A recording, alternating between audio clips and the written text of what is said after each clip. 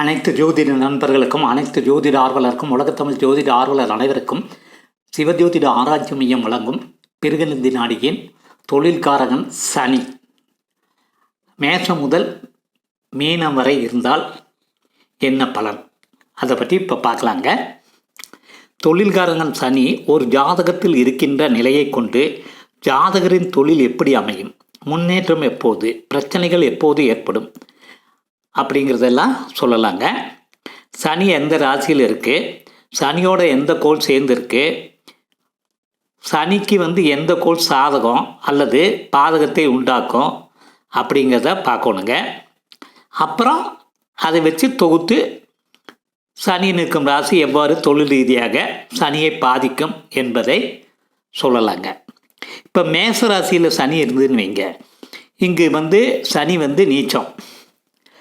எனவே மேசராசியில் சனி இருந்தால் ஜாதகர் தொழிலில் சிறப்பான தொழிலை செய்ய முடியாது மற்றும் முன்னேற்றம் இருக்காது என முடிவு செய்யக்கூடாது. மேசராசி செவ்வாயின் ஆட்சிக்கு உட்பட்ட வீடு, அதாவது இந்திர சம்பந்தமுள்ள உலோக சம்பந்தமான தொழில்களில் ஈடுபடலாம். மேசத்தில் சனி உள்ள ஜாதகர் பெரிய மெக்கானிக்கல் என்ஜினியர் ஆக உள்ளார்கள். எனவே மேசத்தில் சனி நீச்சம் பெற்று நிற்பதாலோ ஜாதகர் தொழில் சிறப்பாக அடையாது என்று முடிவு செய்யக்கூடாது. சனி நிற்கின்ற மேசராசி கிழக்கு திசையை குறிக்கும். கிழக்கு திசையை குறிக்கும் சிம்மம், தனுசு ராசிகளில் யார் நிற்கிறார்கள் என பார்க்க வேண்டும். அதே போல மேற்கு திசை ராசிகளாகிய மிதுனம், துலாம், மகரம் ராசிகளில் சனிக்கு நட்புக்கோள்கள் நின்றால் தொழிலில் முன்னேற்றத்தை கொடுக்கும்.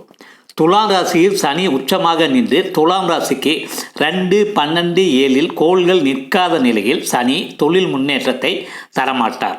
சனி மேசராசியில் நீச்சம் பெற்று நின்றாலும் மீனத்திலும் ரிஷபத்திலும் துலா ராசியிலும் கோள்கள் நின்றால் நல்ல பலனை தருவார். அதாவது 2, 12, 7 உச்சம் பெற்ற நிலையில் சனி தர முடியாத சாதகமான பலன்களை நீச்சம் பெற்ற நிலையில் நிற்கும் சனி கொடுத்துவிட முடியும். அதாவது சனி நீச்சம் பெற்று நின்றாலும் 2, 12, 7 நட்புக்கோள்கள் நின்றுவிட்டால் நல்ல பலனை தருவார்கள். இது மேசத்துக்குங்க. இனி ரிஷப ராசியில் சனி இருந்தால் என்ன பலன்கிறது பார்க்கலாங்க. காலபுருஷனோட கஜானா ரிஷப ராசி. சனிக்கு நட்புக்கோளாகிய சுக்கிரன் வீடு. சுக்கிரன் பொக்கிஷ அதிகாரி. ரிஷப ராசியில் சனி நின்றால் ஜாதகர் பணம் கொடுக்கல் வாங்கல் சம்பந்தமான தொழிலில் ஈடுபடுவார். அதாவது வட்டிக்கு கொடுக்கறதுங்க. அப்புறம் பேங்க் வேலை ஆகிய தொழிலில் அவர் ஈடுபடுவாருங்க. சுக்கிரன் சனியோடு சேர்ந்து நிற்பதால் 2, 5, 7, 9 நிற்பதோ மிகவும் நல்லதுங்க. அடுத்தது மிதுன ராசியில் சனி நின்றால் என்ன பலன் அப்படிங்கிறத பார்க்கலாங்க. மிதுனம் புதனோட வீடு. புத்திசாலித்தனத்துக்கு புதன் காரகர். எனவே புத்திசாலித்தனத்தோடு செய்ய வேண்டிய தொழில்களில் ஜாதகர் ஈடுபடுவார். காற்று ராசி மிதுனம். எனவே செய்தி தொடர்பாளராகவும் பணியாற்றலாம். புதன் என்றால் கணக்கு. எனவே கணக்காளராகவும் ஆடிட்டராகவும் பணியாற்றலாம். நண்பர்களின் நட்புக்கு காரத்துவம் பெறுகிறார் புதன். எனவே மிதுனத்தில் நிற்கும் புதன் நண்பர்களின் நட்பை தேடித்தந்து அதன் மூலமாக தொழிலில் முன்னேற்றம் காண்பார். எனவே மிதுனத்தில் சனி நிற்க பெற்றவர்கள் நல்ல பார்ட்னர்களை சேர்த்து கொண்டு தொழில் செய்யலாம். இனி அடுத்து கடக ராசியில் சனி இருந்தால் எப்படிங்கிறத பற்றி பார்க்கலாங்க. கடகம் நீர் ராசி. நீர் நிலத்தை வளப்படுத்தும். விவசாய சம்பந்தமான தொழில்களை கடகராசியுடன் சம்பந்தப்படுகிறது. கடகம் வடக்கு திசையை குறிக்கும். அறம், பொருள், இன்பம், வீடு ஆகிய நார்கள் வீட்டை குறிப்பது. எனவே மத சம்பந்தமான தொழில்கள். கடக அதிபதி சந்திரன். கடகம் சரராசி. கோள்களில் எல்லாம் மிக வேகமாக நகரும் கோள் அதுதான் சந்திரங்க.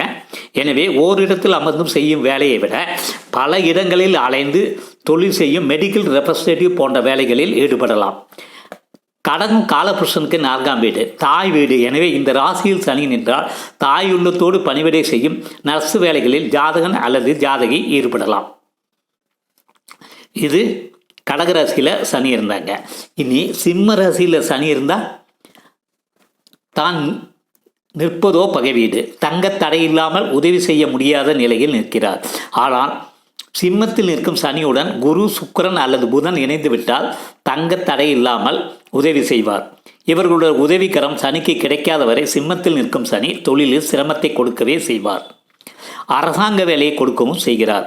அதில் சில அல்லல்களையும் கொடுத்து விடுகிறார். அரசாங்க வேலையே இல்லாவிட்டாலும் அதிகார தோரணையில் உள்ள தொழிலை கொடுக்கிறார். அடுத்து கன்னி ராசியில் சனி இருந்தார். கன்னி புதனுடைய ராசி, நிலத்தத்துவ ராசி. அறம், பொருள், இன்பம், வீடு என்பவற்றில் பொருளை குறிப்பது. புதன் புத்திசாலித்தனை கொடுக்கிறார். மிதுன ராசிக்காரர்களை விட கன்னி ராசிக்காரர்கள் சாமர்த்தியமாக புதன் கொடுக்கும் புத்திசாலித்தனத்தை பணம் சம்பாதிப்பதில் உபயோகிக்கிறார்கள். கன்னியில் இருக்கும் சனி சாமர்த்தியமாக தொழில் செய்து பணம் சம்பாதிக்க உதவுகிறார். இது நிலத்தத்துவ ராசி. விவசாயிகளாகவும் சிலர் மாற்றமும் செய்கிறது சனி. இனி துலா ராசியில் சனி இருந்தார். இந்த ராசியில் உச்சாணி கொம்பில் ஏறி உட்கார்ந்து இருப்பார் தொழில்காரகனாகிய சனி. எனவே பலமான தொழிலுக்கு அஸ்திவாரத்தை இந்த துலா ராசியில் நிற்கும் சனி உதவ முடியும்.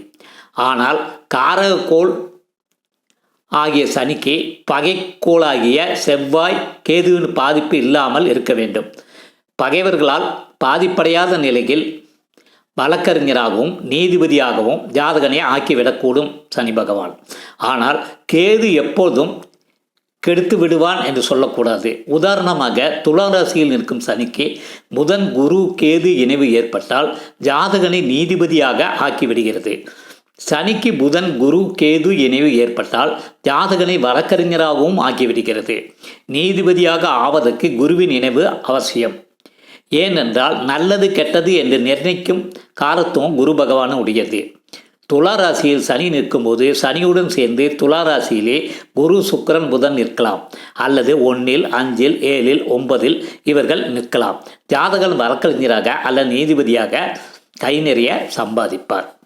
இனி விருச்சிக ராசியில் சனி இருந்தால் செவ்வாயின் வீடு நீர் ராசி, சிரராசி, தொழில்காரகனாகிய சனிக்கு பகை வீடு என்றாலும் ஜாதகன் இந்திர சம்பந்தமான விவசாய சம்பந்தமான வேலைகளில் ஈடுபட்டால் ஓரளவு தொழிலில் முன்னேற்றம் காண முடிகிறது.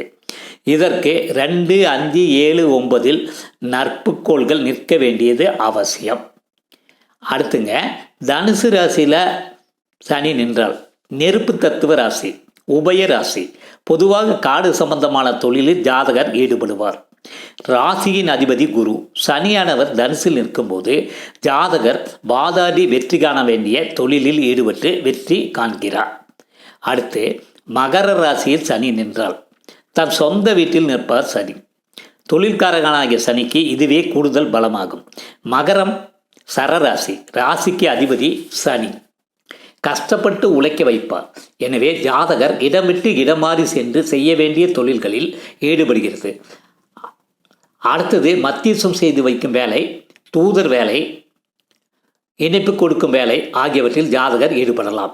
இந்த ராசியில் சனி நிற்கப்பட்டவர்கள் தத்துவ உபதேசம் செய்து கொண்டிருக்க மாட்டார்கள். செயலாற்றுவதில் கருத்தாக இருப்பார்கள். அடுத்துங்க கும்பராசியில் சனி இருந்தால் இதுவும் சனியோட சொந்த வீடு தான். பூமியை குடந்து சுரங்கம் அமைத்தல் சனியின் காரத்துவம். எந்த ஒரு விஷயத்தையும் ஆழமாக ஆராய்ந்து உண்மையை கண்டறிவது கும்பராசியில் நிற்கும் சனியின் காரத்துவம் ஆகும்.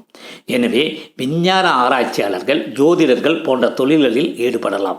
ஓரிடத்தில் அமர்ந்து பணியாற்றுவார்கள். அடுத்துங்க மீன ராசியில் சனி இருந்தால் நீர் ராசிங்க, மோட்ச வீடுங்க. அதிபதி குரு. சட்டம், மருத்துவம் இது சம்பந்தமான வேலை ஆகியவற்றில் ஈடுபட வைக்கும்.